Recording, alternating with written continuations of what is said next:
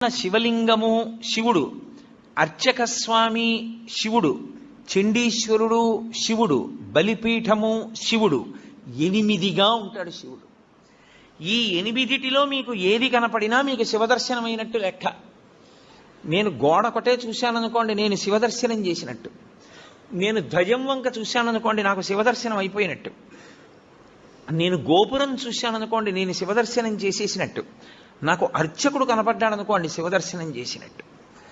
చండీశ్వర స్థానం దగ్గరికి వెళ్ళాడనుకోండి, శివదర్శనం చేసినట్టు.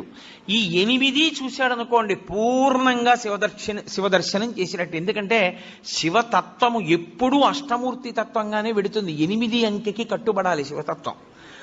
అందుకని ఈ 8 యందు పరమశివుని యొక్క తేజస్సు ఉంటుంది. శివుడే 8గా ఉంటాడు. ఈ 8టిలో మీరు ఏది దర్శనం చేసినా శివాలయంలో శివదర్శనము చేసి